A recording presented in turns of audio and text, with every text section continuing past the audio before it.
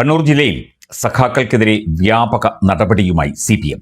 തരം താഴ്ത്തൽ, ശാസന, പുറത്താക്കാനുള്ള പ്രാഥമിക മീറ്റിംഗുകൾ, സസ്പെൻഷൻ തുടങ്ങിയ നടപടികളുമായി തളിപ്പറമ്പ്, പയ്യന്നൂർ ഏരിയ കമ്മിറ്റികളിലാണ് വലിയ തോതിൽ CPM നടപടിക്ക് ഒരുങ്ങുന്നത്. CPM സംസ്ഥാന സെക്രട്ടറി MV ഗോവിന്ദന്റെയും ജില്ലാ സെക്രട്ടറി KK രാഗേഷിന്റെയും നേതൃത്വത്തിലാണ് ഈ നടപടികൾ ആരംഭിച്ചിരിക്കുന്നത്. അതായത് തളിപ്പറമ്പിൽ TK ഗോവിന്ദൻ അദ്ദേഹം ജയിച്ചു, PK ശ്യാമള തോറ്റു. V കുഞ്ഞികൃഷ്ണൻ പയ്യന്നൂരിൽ ജയിച്ചു, TI മധുസൂദനൻ തോറ്റു. അപ്പോൾ സഖാക്കൾ തീർച്ചയായിട്ടും മാറിക്കുത്തിയിട്ടുണ്ടാകണം, ഉണ്ട്, സംശയമില്ല.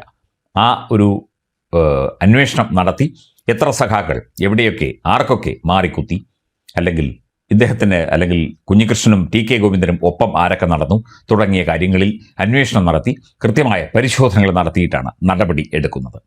ഇതിൽ നടപടിയല്ല വേണ്ടത് എന്നുള്ള അഭിപ്രായമാണ് ഇപ്പോൾ കണ്ണൂർ ജില്ലയിലെ തന്നെ ചില മുതിർന്ന സഖാക്കളും പഴയകാല സഖാക്കളും കഴിഞ്ഞ ദിവസങ്ങളിലൊക്കെ തന്നെ ചൂണ്ടിക്കാട്ടിയത്. ഇവിടെ നടപടിയുടെ ആവശ്യമല്ല വേണ്ടത്. ആ സഖാക്കളെ കാര്യങ്ങൾ പറഞ്ഞ് മനസ്സിലാക്കി CPMലേക്ക് അല്ലെങ്കിൽ CPMൽ വോട്ട് ചെയ്യാൻ, CPMന് വോട്ട് ചെയ്യാൻ കൊണ്ടുവരിക എന്നത് അടുത്ത് ഇലക്ഷനൊന്നും നടക്കാത്തത് കൊണ്ട് അത്ര പ്രായോഗികമല്ല. പെട്ടെന്ന് CPM തിരുത്തുകയാണ് വേണ്ടത്, CPM നന്നാവുകയാണ് വേണ്ടത്. CPM സഖാക്കളുടെ പ്രവർത്തകരുടെ ശത്രുവായി മാറുകയല്ല വേണ്ടത്. CPM എന്ന പാർട്ടിയെ നമ്മൾ ഒരുമിച്ച് പറയുന്നില്ല. CPMൽ പ്രവർത്തിക്കുന്ന MV ഗോവിന്ദൻ, പിണറായി വിജയൻ, ഇതുപോലെ KK രാഗേഷ് തുടങ്ങിയ ആളുകളുണ്ട്, AK ബാലൻ തുടങ്ങിയ ആളുകളൊക്കെയുണ്ട്. ഇവരൊക്കെ കൂടി ഒന്ന് നന്നായാൽ ഇവിടെ നടപടിയും എടുക്കേണ്ടി വരില്ല. സഖാക്കളൊക്കെ നേരത്തെ ഉള്ളതുപോലെ ഒപ്പം നിൽക്കുകയും ചെയ്യും.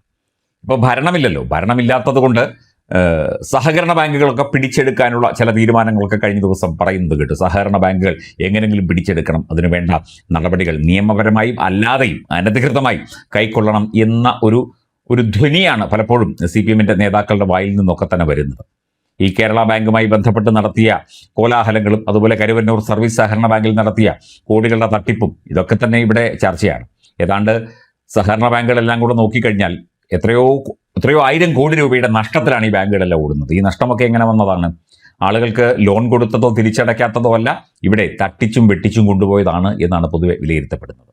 അപ്പം അത്തരം നടപടികളൊക്കെ തന്നെ നടത്തി സ്ത്രീകളടക്കം സഹകരണ ബാങ്കുമായി ബന്ധപ്പെട്ട് അവിടെ കൊണ്ട് പണം നിക്ഷേപിച്ച പാവപ്പെട്ട കൂലിത്തൊഴിലാളികളായ സ്ത്രീകളടക്കം CPMന് എതിരെ നിന്നു. സാധാരണക്കാരായ ആളുകൾ ഇപ്പം പാർട്ടി ജനങ്ങളിലേക്ക് കൂടുതൽ ഇറങ്ങിച്ചെല്ലാൻ സാധിച്ചില്ല എന്നൊക്കെ പറഞ്ഞ് പാർട്ടിക്കാരെ കുറ്റപ്പെടുത്താം, നേതാക്കളെ, ലോക്കൽ കമ്മിറ്റി സെക്രട്ടറിയും അംഗങ്ങളെയും ഒക്കെ കുറ്റപ്പെടുത്താം, അവർക്കെതിരെ നടപടിയെടുക്കാം. പക്ഷേ സാധാരണക്കാരായ വോട്ടർമാരായ സ്ത്രീകൾ ഇനി ഏതെങ്കിലും ഒരു കാലത്ത് CPMനൊപ്പം നിൽക്കുമോ? നിൽക്കില്ല. എല്ലാവർക്കും മനസ്സിലായി കഴിഞ്ഞു, പഴയ കാലമല്ല, എല്ലാവർക്കും കാര്യങ്ങൾ മനസ്സിലായി കഴിഞ്ഞു.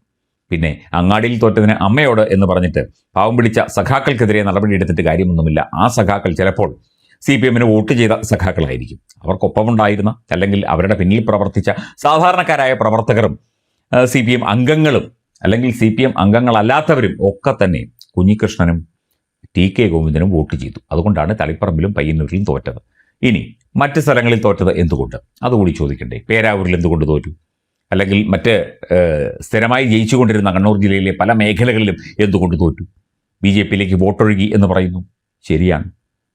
നടപടിയെടുത്ത് ആരുടെയെങ്കിലുമൊക്കെ കണ്ണിൽ പൊടിയിട്ട് അല്ലെങ്കിൽ പിണറായി വിജയൻ്റെ കാര്യങ്ങളൊക്കെ തന്നെ നടത്തിയെടുത്ത് അല്ലെങ്കിൽ പിണറായി തീരുമാനിക്കുന്ന പോലെ കാര്യങ്ങൾ നടത്തിയെടുത്ത് മുമ്പോട്ട് പോകാനാണ് ഇനിയും ഉദ്ദേശമെങ്കിൽ തീർച്ചയായിട്ടും ഇതിലും വലിയ തിരിച്ചടി CPMന് ഉണ്ടാകും. ഇതിലും ഭയാനകമായ തിരിച്ചടി ഇനി ഉണ്ടാകാനില്ല. എന്നാൽ പോലും ഭാവിയിൽ CPM എന്ന പാർട്ടി തന്നെ വെറും നാമാവശേഷമായി മാറുന്ന സ്ഥിതിയിലേക്ക് പോയിക്കൊണ്ടിരിക്കുകയാണ്. നടപടിയൊക്കെ എത്ര വേണമെങ്കിലും എടുത്തോളൂ.